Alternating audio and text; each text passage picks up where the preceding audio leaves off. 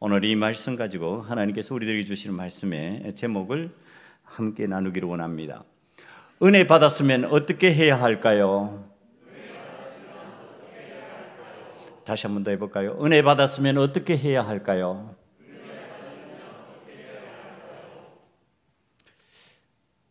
은혜라고 하는 것이 어떤 것인지 어떻게 설명을 해야 될까 생각을 하다가 우리 찬양팀이 찬양하면서 여러 번 반복했던 찬양이 생각났습니다. 제가 그 가사를 지금 잠깐 은혜라고 표현하면서 여러분들에게 읽어드리겠습니다. 시작됐네 우리 주님의 능력이 나의 삶을 다스리고 새롭게 하네. 자유하네. 죄와 사망으로부터 나의 삶은 변하고 난 충만하네. 은혜로다. 주의 은혜 한량없는 주의 은혜. 은혜로다. 주의 은혜 변함없는 신실하신 주의 은혜. 은혜를 찬양한 가사의 내용입니다. 이 은혜 속에 보면은 뭐가 나와 있느냐 하면 자유하다라는 표현이 나옵니다. 그러니까 은혜가 우리에게 자유함으로 임한 겁니다. 어떻게 자유함으로 임했느냐? 죄와 사망으로부터 자유했다 이렇게 얘기하는데, 자, 이 죄는 십자가의 죽음으로 주님께서 해결해 주신 내용이고요. 사망은 부활의 은혜로 우리에게 해결해 주신 내용입니다. 그러니까 죄와 사망이 십자가의 죽음과 무덤에서의 부활로 해결되었고 그게 우리에게 은혜다 이렇게 표현하는 겁니다. 여러분, 이 은혜를 받았기 때문에 지금 우리가 하나님의 전으로 나와 예배자가 된 겁니다. 자, 이 예배자가 되어 있는 우리들이 오늘 하나님 앞에서 그 은혜를 받았으면은 이제 어떻게 해야 되겠는가, 그걸 성경 말씀을 통해서 깨닫고자 합니다. 지금 제자들은 천상의 왕으로 계시다가 이 땅에 말구유의 구세주로 오신 주님께서 이제 모든 공생애를 마치시고 하나님 보좌 우편으로 귀환하는 왕의 귀환을 바라보았다고 그랬습니다. 그게 성천입니다. 예수님이 구름 가운데서 하늘로 올라가시는 장면을, 그 장엄한 장면을, 그 놀라운 장면을 본 제자들이 자, 은혜에 은혜가 더한 겁니다. 이제 십자가의 죽음과 무덤에서의 부활뿐만 아니라 성천까지 더하여지는 은혜, 하나님께로 다시 우리는 귀환한다라고 하는 사실을 확인하는 은혜, 그 귀환이 믿는 자에게는 영화로운 귀환이 될 것이라고 하는 것, 주님께서 내가 먼저 가서 너희 있을 곳을 예비해서 다시 너희를 부르겠다고 하신 그 은혜를 지금 체험한 겁니다. 그러니까 십자가의 죽음과 부활의 은혜에 대해서 성천하시는 왕의 귀환을 바라본 은혜, 다시 말하면 나도 하나님 앞으로 다시 귀환한다, 하나님 앞으로 가는 자가 될 수 있다라고 하는 사실에 대한 은혜를 체험한 제자들이 돌아온 장소가 있습니다. 그 장소가 오늘 성경에 보니까요, 다락방이라고 그렇게 나타나 있습니다. 이 다락방으로 올라갔다 이렇게 표현을 했는데요, 그냥 우리 성경에는 다락방으로만 표현되어 있는데 원 성경에는 그 다락방입니다. 그 다락방이라는 표현이 어떤 표현이죠? 그냥 다락방이 아니고 그 다락방이에요. 이 그라는 표현, 정관사가 붙으면요 어떤 의미가 있느냐 하면은 알고 있다는 뜻이에요. 사람 그러면은 여러분 어떤 사람인지 모르죠. 근데 그 사람 그러면은 어떤 뜻이에요? 그를 알고 있다는 뜻이에요. 그러니까 그 다락방, 이건 그냥 오늘 처음 모인 다락방이 아니에요. 익숙하게 경험했던 다락방이에요. 언제 그랬을까? 예수님이 보니까 복음서에 제자들과 함께 여러 번 다락방에 머문 기억이 있어요. 예수님이 최후의 만찬을 했던 때도 다락방이었어요. 예수님이 수시로 드나들면서 함께 했던 장소가 다락방입니다. 그 다락방이에요, 지금. 그러니까 그 다락방은 제자들에게 익숙한 다락방이에요. 또 거기에 모인 사람들도 익숙한 다락방이에요. 마치 우리 소금언약교회가 우리에게 익숙한 것처럼. 우리 소금언약교회에 성도들이 매주일 모여서 예배드리면서 예배드리니까 익숙하잖아. 여기서 만나는 사람이 어찌 돼요? 적어도 일주일에 한 번은 만나고 보는 익숙한 사람들이에요. 그러니까 그 장소는 익숙한 장소이고 익숙한 사람들을 만나는 처소예요. 익숙한 사람들이 익숙한 장소에 모여서 무엇을 했을까? 우리 교회에서 모여서 뭐예요? 주님의 말씀을 나누죠.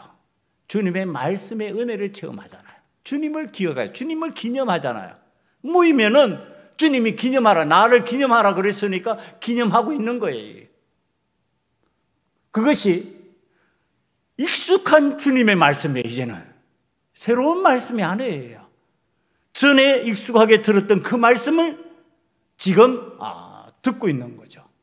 그러니까 거기에 모여있는 공동체에, 다락방 공동체의 사람들은 어떤 사람들이냐면 장소도 익숙하고 사람도 익숙하고 말씀도 익숙한 말씀이에요.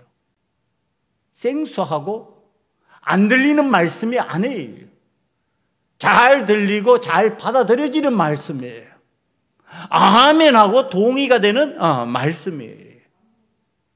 여러분 그 은혜를 체험하고 있는 겁니다. 그 익숙한 장소에서. 여러분 하나님 앞에서 우리가 익숙한 장소를 가지고 있다고 하는 것이 얼마나 큰 은혜이냐 말이에요. 이 교회에서, 우리 교회에서 모여서 기도하고 예배하고 찬양하면서 익숙한 사람들을 만나서 교제하고 하나님의 말씀을 나누는 것이 얼마나 큰 은혜냐는 거예요.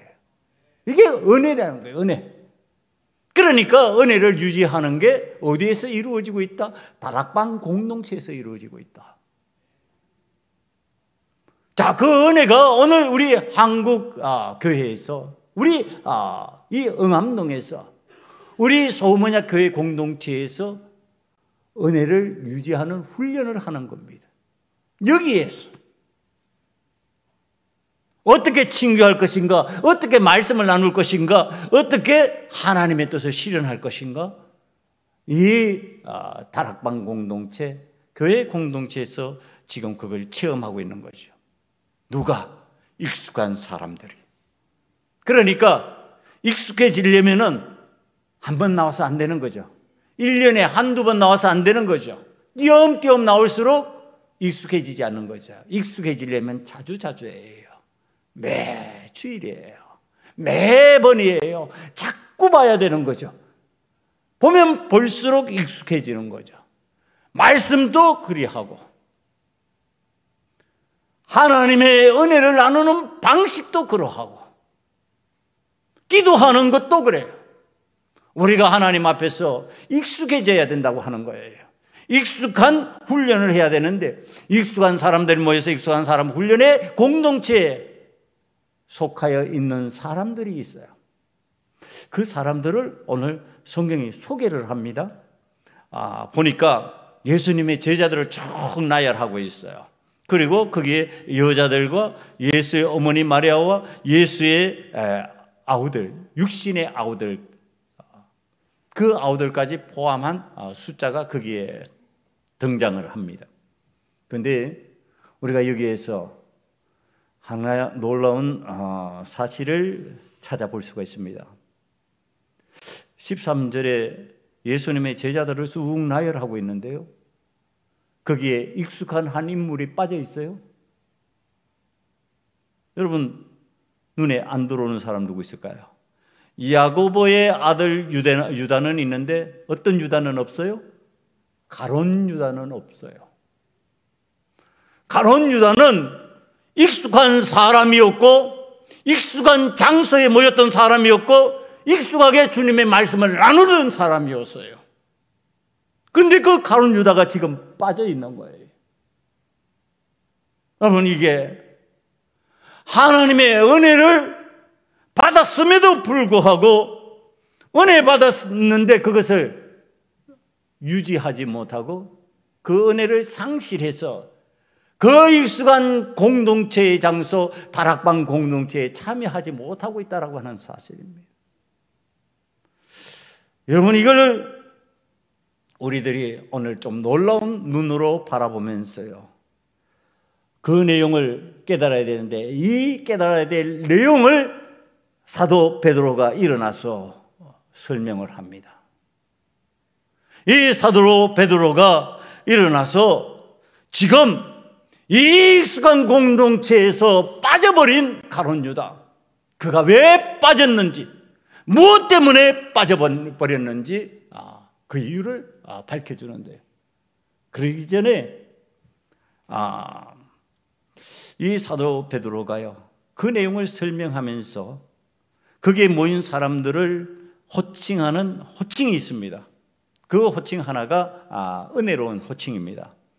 보니까요, 베드로가 15절에 그 형제들 가운데서 일어서서 이르되, 16절에 형제들아 그러고, 형제들아 그럽니다. 자, 이제 성경에서 잘 표현되지 않던 것이 처음으로 등장했어요. 형제라고 표현을 하는 거예요. 그게 모인 모든 사람들이 뭐라고요? 형제라고. 다락방 공동체에 모인 사람들이 뭐라고요? 형제라고. 우리 교회 공동체 여기에 모인 사람들이 뭐라고요? 형제라고. 한번 해볼까요? 형제입니다. 우린 형제입니다. 우리 형제입니다. 여러분, 일주일에 적어도 한 번은 만나는 형제들입니다. 자, 이 형제가 지금 사도 베드로의 입에서 나왔어요. 그런데 어느 성경을 보면요, 이 형제들아 그러고서 호칭을 했는데 어느 성경에는 남자 형제들아 이렇게 나와 있어요. 근데 이게 쏙 빠졌어요. 남자 형제들이 빠졌고 형제들아. 그 왜 그러냐? 사도 베드로도 그 시대의 정황을 따라서 살아가던 사회 구성원입니다. 그러니까 그 유대 사회에서, 이스라엘에서 익숙하게 사용하는 용어가 남자 중심의 용어예요. 그러니까 남자 형제들아요. 그런데 오늘날 우리 교회에서는요, 이 여자 형제들이 훨씬 더 많은데, 더 능력이 있는데, 더 일 많이 하는데, 그러니까 뭐예요? 그냥 형제들아, 남자 형제들 쏙 빠진 거죠. 그래서 여기에서 남자 형제들이라고 하는 것 의미보다 그냥 형제들아 그러고서 그 의미를 찾아 들어가면 되는 거예요. 그럼 형제들아 그러고 불렀어요. 거기에 모인 사람들이 각양각색의 직업과 각양각색의 생활 수준을 가지고 있는 다른 사람들이에요. 그러니까 한 집에서 비슷하게 자라난 사람들이 아니에요. 본래 삶의 자리가 달랐어요. 어떤 사람은 노예로 산 사람도 있을 것이고 어떤 사람은 귀족으로 산 사람도 있을 거예요. 교회 공동체라는 게 그렇다는 뜻이에요. 어떤 사람은 비천한 자리에서 보잘것없는 삶을 살았던 사람이 있고 어떤 사람은 고귀한 자리에서 대우받으면서 살았던 사람도 있을 거예요. 그런데 뭐라고요? 형제들아. 다르지 않다는 겁니다. 같다는 겁니다. 다시 말하면은 다락방 공동체는, 교회 공동체는 차별이 없다 이런 뜻입니다. 동등하다. 하나님의 은혜가 어떻게 주어졌다? 다 하나님의 은혜를 받을 수 있다 이런 뜻입니다. 누가 직분이 더 귀하기 때문에 그는 더 큰 은혜를 받아야 되고, 세상에서 가난하기 때문에 당신은 은혜를 조금 받아도 됩니다, 이런 뜻 아니라는 겁니다. 오늘 하나님의 교회 공동체에 모여 있으면 우리는 하나님의 은혜를 받는데 너나 나나 똑같이 형제로서 하나님의 은혜를 체험하는 사람들이다. 네. 하나님 앞에서 우리가 은혜를 받았다면은 내 주변에 있는 사람들이 뭐로 보여야 된다? 형제로 보여야 된다. 원수로 보이면 안 된다. 미움의 대상으로 보이면 안 된다.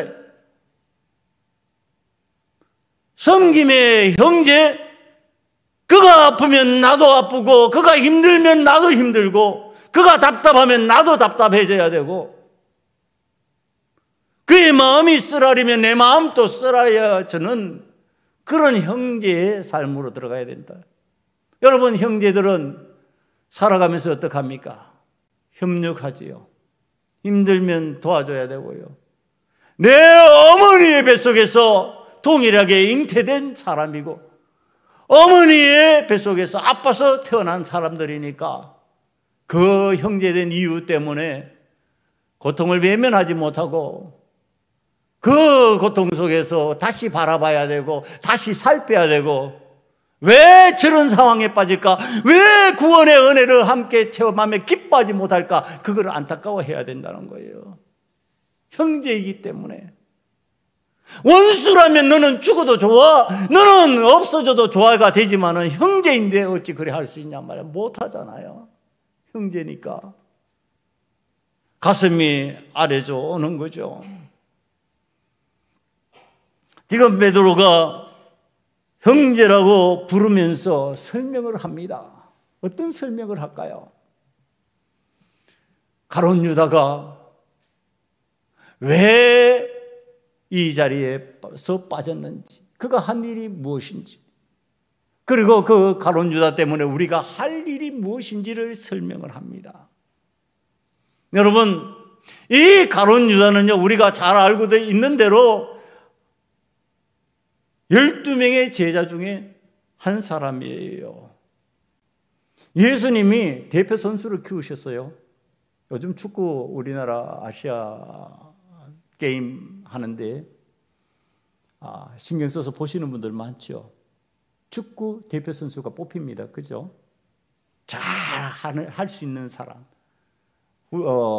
기능을 가지고 있는 사람을 중심으로 해서 대표 선수를 뽑아요. 그리고 그 현장에 가면은 또 뛰는 대표 선수 11명이 있습니다. 축구 선수 11명이 거기에 뛰지요.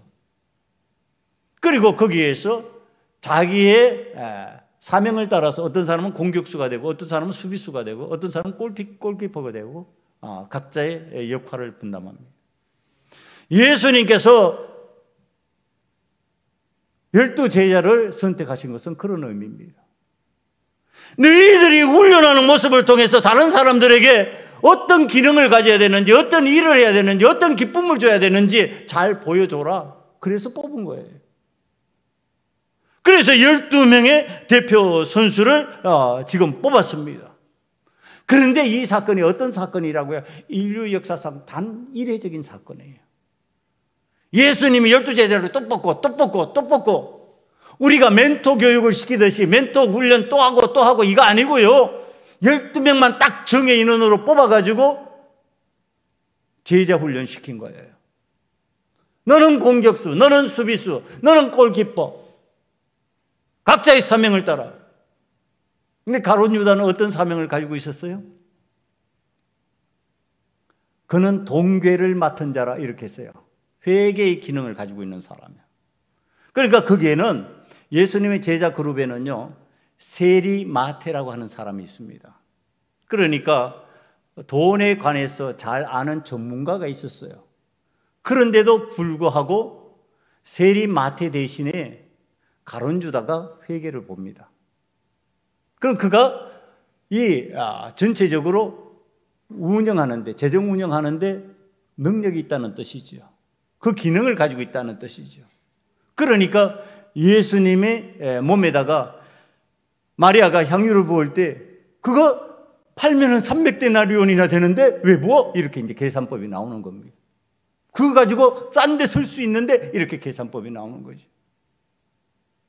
자, 이 기능을 가지고 있던 가룟 유다가 그 12명의 대표로 뽑혔는데 거기에서 탈락하는 거예요. 탈락하는데 누가 탈락시켰냔 말이에요. 하나님은 억지 탈락을 시키시는 분이 아니세요. 너는 기능이 떨어지니까 그만둬라 그러시는 분이 아니라니까요. 누가 탈락해요? 내가 탈락하는 거예요. 내가. 내 스스로. 그 이야기를 성경이 이렇게 마태복음 26장 14절 이하에서 설명을 합니다. 그때 12 중에 하나인 가룟 유다라 하는 자가 대제사장들에게 가서 말하되 내가 예수를 너에게 넘겨주리니 얼마나 주려느냐 하니 그들이 은 30을 달아주거늘 그가 그때부터 예수를 넘겨줄 기회를 찾더라. 여러분, 은 30에 예수님을 넘겨주겠다고 지금 생각하고 방법을 찾고 있는 제자가 된 거예요. 그건 누가 했어요? 누가 시켰어요? 누가 시켰냔 말이에요. 가룟 유다의 부모가 시켰어요? 아니면 하나님께서 그렇게 시키셨어요? 내가 한 거예요. 내가. 예수님이 뭐로 받고 보인 거예요? 돈으로 보인 거예요. 돈으로. 내 돈벌이 할 대상으로 보여버린 거예요. 내 수익을 창조할 구조로 보인 거예요. 여러분, 이게 예수님 믿으면서 굉장히 심각하게 다루어야 될 문제예요.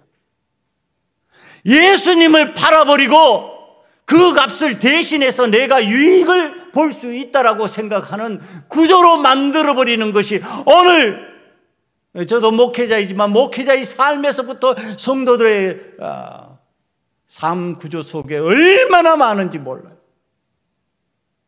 예수님 대신에 이거 하면은 이만큼 이익이 창출되는데 그러고서 안 하는, 그거 안 하고 하나님께서 시키신 일 안 하고 내게 더 돈을 부여해주고 값을 갖다 줄 그 일을 해버리는 거예요. 여러분, 그게 오늘 가룟 유다의 일이었다니까요. 우리가 뭐 예수님을 팔아버린다 그러니까 예수님을 모르고 예수님과 전혀 상관없이, 아니, 가룟 유다는 끝내 예수님 생각하다가요 목매달아서 떨어져서 창자가 터져서 죽은 사람이에요. 끝까지 예수님 생각 머릿속에 가지고 있던 사람이에요. 그런데 뭐예요? 뭘로 바꿨기 때문에 그래요?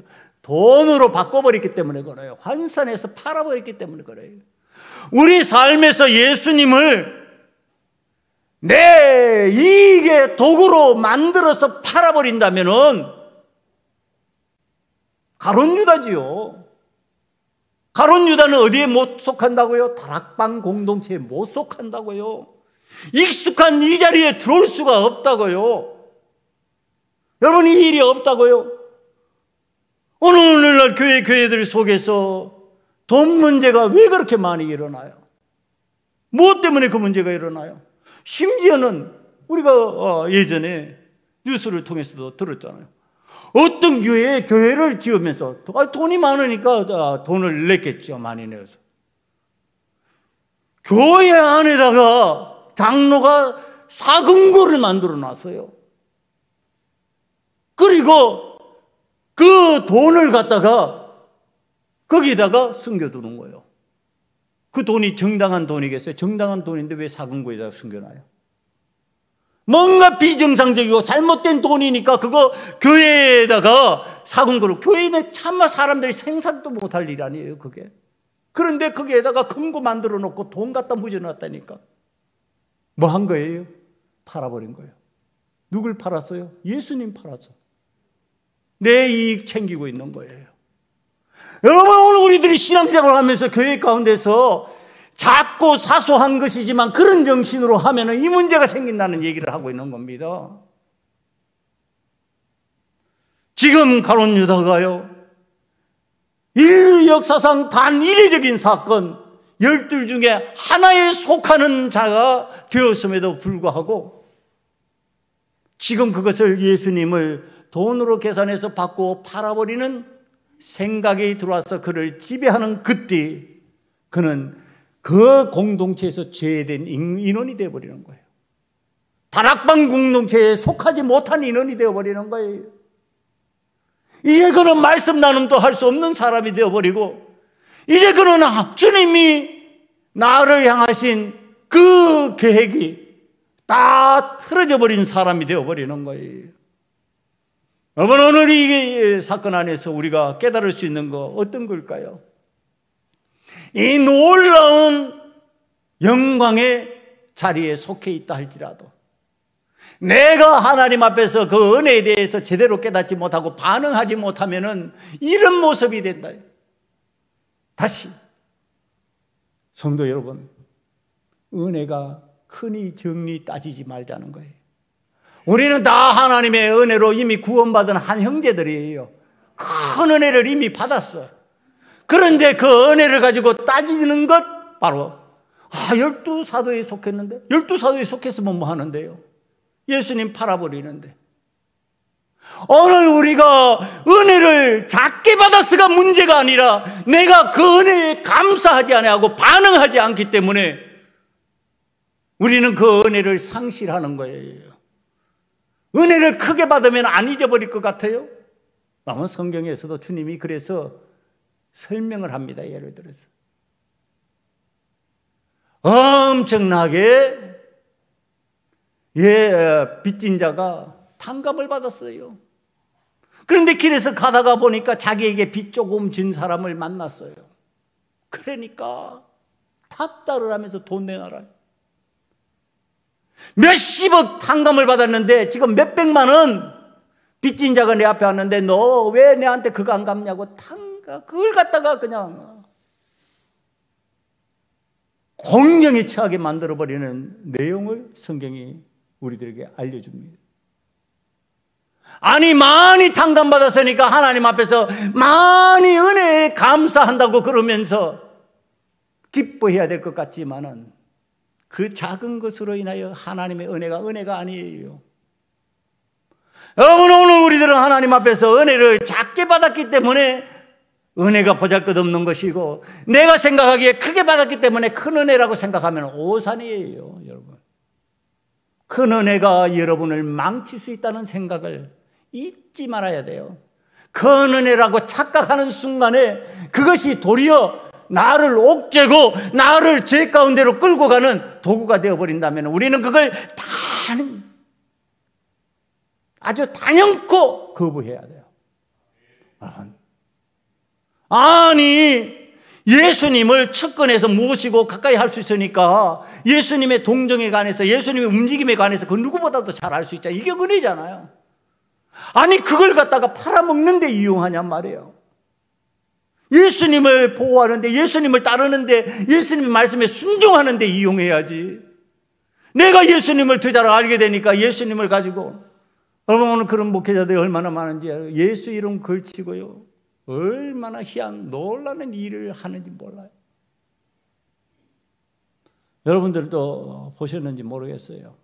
지금 제가 인터넷에만 들어가면은 떠올라서 괴로워요. 그거 보는 게.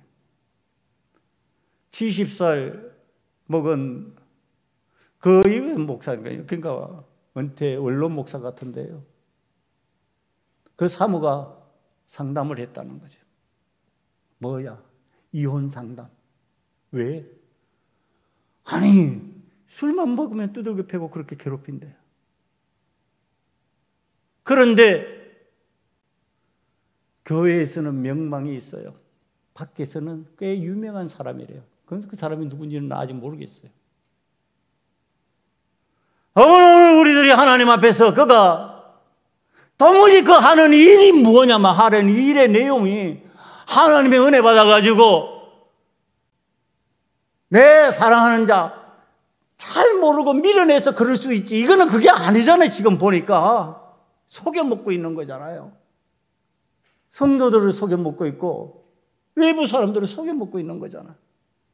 예수 팔아가지고 그럴듯하게 포장하고, 예수 이름 걸치고 그럴듯하게 포장해가지고 나의 유익을 채우는 거잖아요. 여러분, 이게 목회자에게만 일어나는 일일까? 성도들에게도 일어난다니까요. 지금 그게 가룟 유다가 지금 그 공동체에 속하지 못하고 그 익숙한 자리에 들어오지 못하는 이유예요. 사도 베드로가 설명을 하는데 그의 삭수로 밭을 사고, 그것이 이름이 피밭이래요. 그 유다의 피에서 이 이름을 붙였다고 생각할 수도 있고요. 예수님의 피값으로 그것을 대신 지불한 것이 되었기 때문에 그 값이라고 말할 수도 있지만, 샀는데 밭은 샀는데 유다의 이름으로 샀는지 모르지만은 어떻게 돼서 유다는 누리지도 못했어요. 설명하는 거예요. 후에 몸이 곤독박질하여 배가 터져서 창자가 다 흘러나왔다. 이게 비참한 설명을 하는 겁니다. 예수님을 팔아먹고 잘됐다, 성공했다, 그렇게 성경이 표현하는 게 아니라 그는 비참해졌다, 이렇게 표현하는 거예요. 그래서 이 표현 방식이 나오는 거예요. 여러분, 오늘 은혜를 받았고 12사도 중에 한 사람으로 택함을 받았으면 뭘 하냔 말이에요. 내가 다 까먹고 있는데, 내가 팔아먹고 있는데, 내가 세상의 밭으로 바꾸고 싶어 하는데 그것이 유지가 되냔 말이에요. 유지가 안 되는 거예요. 유지될 수가 없어요.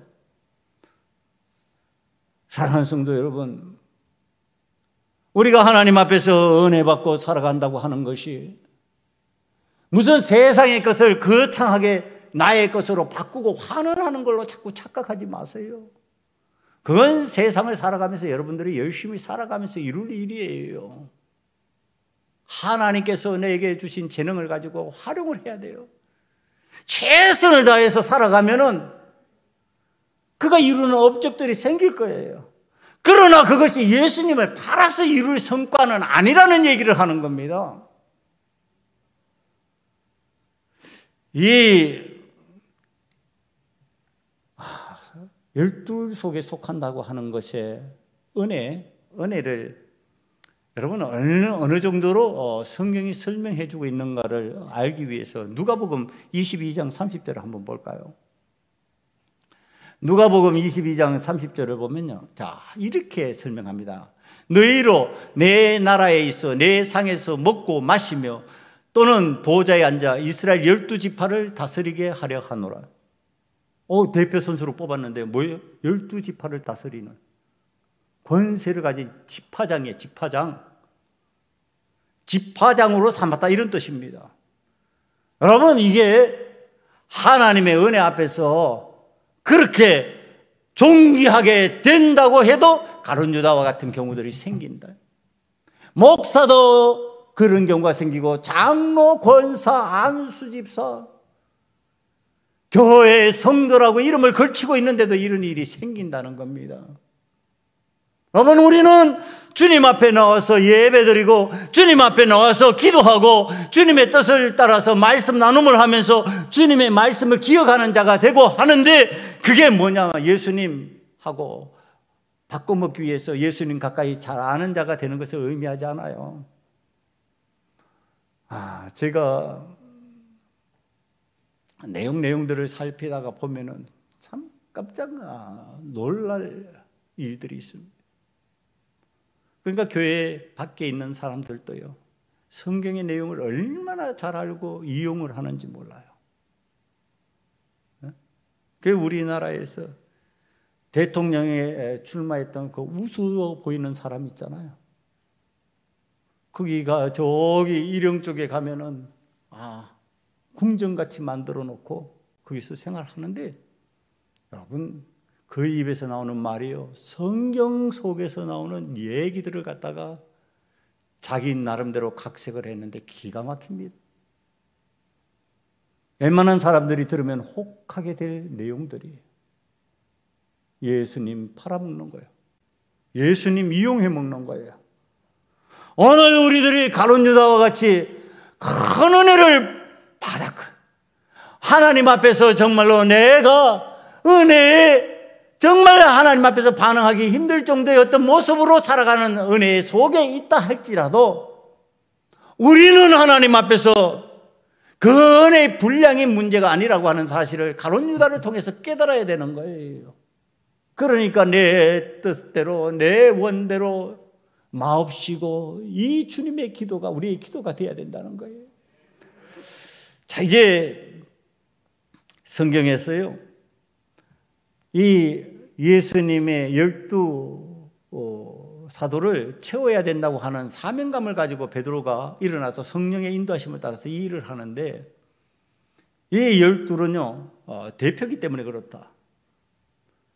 그렇잖아요. 게임을 뛰려면 12명의 대표들이 숫자가 채워져야 돼. 한 명이라도 빠지면 굉장히 이제 사역에 지장이 있는 거야. 그러니까 교회 공동체에서, 이거는 우리들에게 가르쳐 주시는 교훈이에요. 여러 가지 기능들이 있어요. 어떤 사람은 공격수의 기능을 가지고 있는 사람이 있고, 어떤 사람은 수비수의 기능을 가지고 있는 사람이 있고, 어떤 사람이 윙의 기능을 가지고 있는 사람이 있어요. 중간에 이렇게 연결하는 기능을 가진 사람이 있어요. 그럼 그 기능을 따라서 왜 너는 나와 같지 않니라고 말하면 안 되는 거예요. 왜? 공격수가 수비수와 같으면 어떡하라는 거예요? 그럼 공격을 못하게 되잖아요. 수비수가 공격수 보고 너 왜 나와 같지 않아?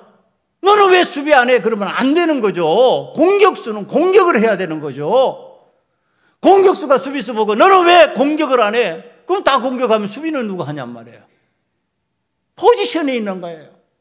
자기의 위치가 있어요. 이게 사명이에요. 사명의 위치예요, 여러분. 이 사명의 위치에 대해서 우리들이 착각하지 말고, 하나님 앞에서 지금 이제 오늘 본문에 등장하는 여자들과 예수님의 공생의 기간 동안에 함께 애쓰고 힘썼던 예수님의 가족들, 예수님의 어머니, 예수님의 형제들까지 성경이 등장합니다. 여러분, 이게 이 공동체에서요, 왜 너를 사도로 뽑지 않아? 이렇게 얘기하지 않습니다. 너무 착각하지 마세요. 예수님의 형제 중에요, 탁월하게 주의 일을 잘했던 사람이 있어요. 그게 누구냐 하면은 야고보입니다. 형제 야고보, 예수님의 형제 야고보라는 이름이에요. 그러니까 야고보서를 쓴 사람일 것이라고 생각하는 그 야고보예요. 이 야고보에는 예루살렘 교회에서 영향력이 컸던 사람이에요. 예수님의 제자이기도 하고 예수님의 형제이기도 하고, 그래서 그는 그런 기능을 가졌어요. 그런데 12사도에 안 뽑혔어요. 착각하지 마세요. 오늘 우리는 이것이 하나님의 뜻을 따라 오늘 또 보면은 두 사람을 이렇게 세웠습니다. 요셉과 mattia라고 하는 두 사람 세워가지고 그 중에서 선택을 하는데 mattia가 됐어요. 안 된 사람이 열받았어요. 여러분, 교회에 있어요. 직분 세우면서 목사님들이 아주 골머리를 하는 거예요. 이것 때문에 시험 들면 어떨까? 시험이 왜 들어야 되냐 말이에요. 왜? 하나님의 뜻이 있으면 세워지는 것이고 하나님의 뜻이 없으면 안 세워지는 것이지. 세우고 안 세우고는 하나님 뜻이지 그게 사람 뜻이냔 말이에요. 사람 뜻이면 우리 교회 지금 예수님 잘못 믿고 있는 거죠. 교회 일꾼 잘못 세우고 있는 거죠. 하나님께서 필요로 해서 세우셨다면은 아멘 하면 되는 거죠, 여러분. 우리 교회는 아멘 하는 교회 되기를 간절히 축원합니다. 아멘 하셔야죠, 여러분. 하나님의 일꾼을 제비 뽑아 세웠다면 하나님께서 그로 말미암아 아멘 하고 은혜 받게 만들고, 이제 어떻게 하면 일 잘하도록 협력해야죠. 도와야죠. 온 교회가 이 사도를 뽑는 일에 전심으로 기도하고 한마음이 되었어요. 그럼 뭐야? 일할 때 해방했겠냔 말이에요. 뭐 어떻게 뒷단지 걸었겠냔 말이에요. 하나님께서 그곳에 세우셨으니까 내가 협력자가 되어주는 거예요. 함께 동역해 주는 거예요. 부족한 점이 있으면 채워주는 거예요. 연약하면은 힘을 보태주는 거예요. 여러분, 그런 교회의 공동체가 초대교회 공동체였어요. 지금 120명이 마가의 다락방에 모여 있는데 지금 제자 베드로가 일어나가지고 지금 이 일을 진행하고 있어요. 그럼 안 뽑힌 사람은 뭐냐면 나는 뭐야? 그러냐고. 아니죠. 하나님께서 선택하여 세우셨으니 우리는 그에게 이제 순종하고, 사도는 이제 사도의 직분을 감당할 때 주께서 시키시는 일을 진행할 거 아니에요. 그러면 아멘하고 협력하는 거예요. 그러니까 초대교회 부흥이 있는 거예요. 아니, 세워놓으면 흔들어 버리고 세워버리면 안 된다고 그러고, 여러분 그게 되냔 말이에요. 안 되면 되게 힘써 신경 쓰고 애쓰고 함께 기도하고 협력하여 선을 이루도록 애써야죠. 여러분, 지금 이 사도행전 1장에 등장하는 초대교회는 그 일을 하고 있는 거예요. 지금 하나님 앞에서 그 일을 하니까 저희들 가운데 은혜가 있어요. 은혜를 받았으니까 그 은혜를 유지하는 방식이에요. 협력하여 선을 이루고, 결정되면 주의 뜻으로 알고 아멘하고, 이게 은혜를 유지하는 방식이에요. 왜 내게서 은혜가 떠나가 버릴까? 내 생각대로 안 된다고, 내 고집대로 안 된다고, 내 판단대로 안 된다고, 내 마음을 앞세워 버리니까 여러분, 거기에서 성령의 역사, 하나님의 영광이 드러나지 않지요. 여러분, 오늘 우리는 하나님의 교회에 기능이 다르다고 하는 사실을 고린도전서 12장 28절 이하에서 찾아볼 수 있습니다. 읽어드리겠습니다. 하나님이 교회 중에 몇을 세우셨으니 첫째는 사도요, 둘째는 선지자요, 셋째는 교사요, 그 다음은 능력을 행하는 자요, 그 다음은 병 고치는 은사와 서로 돕는 것과 다스리는 것과 각종 방언을 말하는 것이니라. 다 사도이겠느냐? 다 선지자이겠느냐? 다 교사이겠느냐? 다 능력을 행하는 자이겠느냐? 다 병 고치는 은사를 가진 자이겠느냐? 다 방언을 말하는 자이겠느냐? 다 통역하는 자이겠느냐? 너희는 더 큰 은사를 사모하라. 내가 또한 가장 좋은 길을 너희에게 보이리라. 아멘. 성령 충만하면요, 성령의 역사가 다양하게 일어나야 되는 거예요. 다양성이 있어야 된다, 교회가. 제가 모 교단에서 설교하는 모습을 보면 좀 싫어했던 내용이 있어요. 어느 교단이라고 말하면 흉이 되니까 그냥 모 교단에서, 예, 앞에서 한 분이, 유명한 목회자가 한 분이 설교를 하면요, 설교하는 말 목소리까지 흉내내서 비슷해요. 그래서 저는 그게 참 싫었어요. 달라야죠.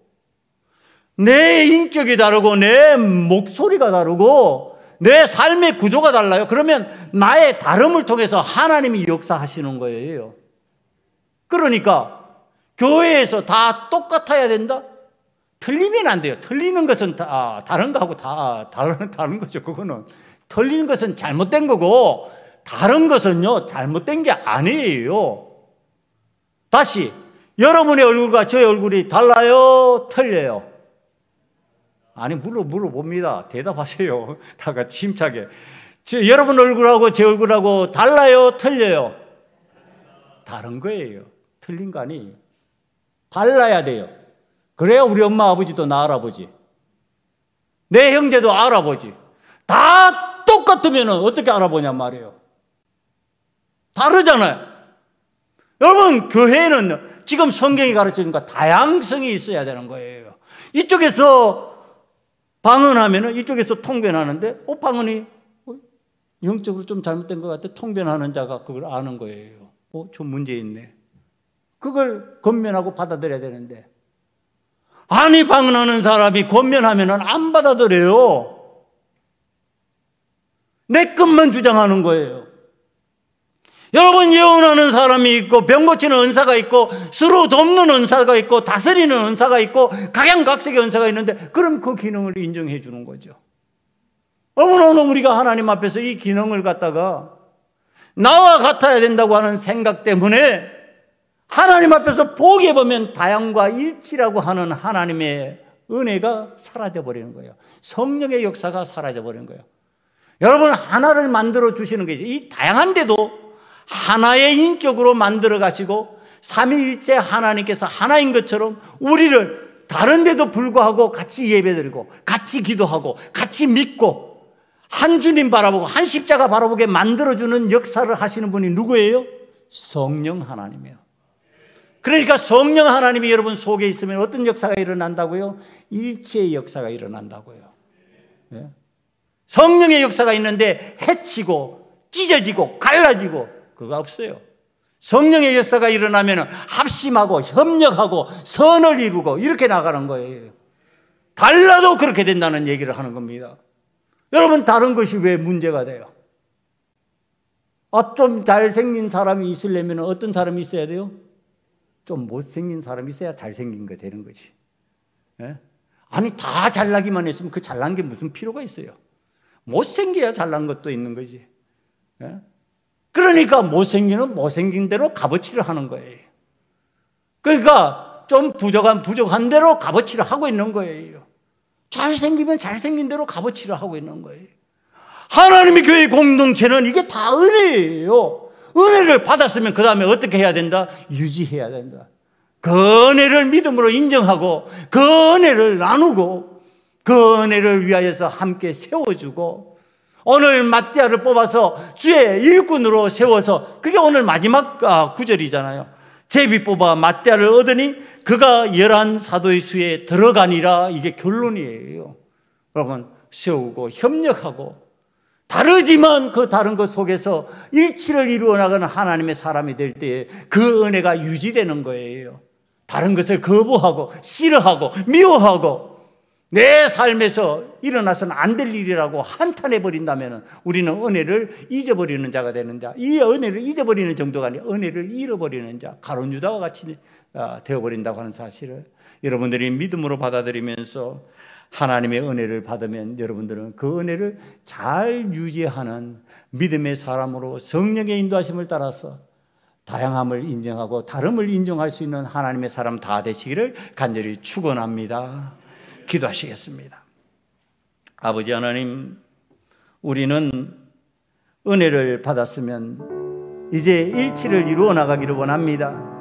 우리 성도들이 다양하지만 다른 것을 인정하고 일치를 이루어 나가 하나님의 뜻을 이루게 만들어 주시옵소서. 이 시간에 우리들이 그 마음 가지고 다 같이 하나님 앞에 통성으로 기도드립니다. 아버지 하나님 앞에서 다양한 가운데 일치를 이루어 나가는 자가 되기를 원하며 다름을 인정할 수 있는 자가 되기를 원하며 아버지 하나님의 말씀 안에서 하나님의 뜻 안에서 하나님 기뻐하시는 삶 안에서 용납하는 자가 되기를 원합니다. 내 마음이 원하는 대로가 아니라 하나님 마음에 합당한 자가 되기를 원하며 아버지 하나님의 뜻에 합당한 자가 되기를 원하오니 주여 저희들에게 주님의 마음 허락하여 주시옵시고 주님의 영광 함께할 수 있는 자가 되게 만들어 주시옵소서. 아버지 하나님, 우리는 다 은혜를 받은 자입니다. 은혜의 풍성함은 우리들이 하나님 앞에서 그 은혜를 사모하고 아버지 하나님 앞에서 그 은혜의 방식을 믿음으로 받아들이는 것인 줄 믿사오니 아버지 하나님, 이제는 다름을 인정하고 내 삶에 포용하는 자들마다 더 큰 은혜를 체험하게 만들어 주시옵소서. 아버지 하나님, 우리 교회는 속 좁은 사람들이 모이는 교회가 되지 않기를 원합니다.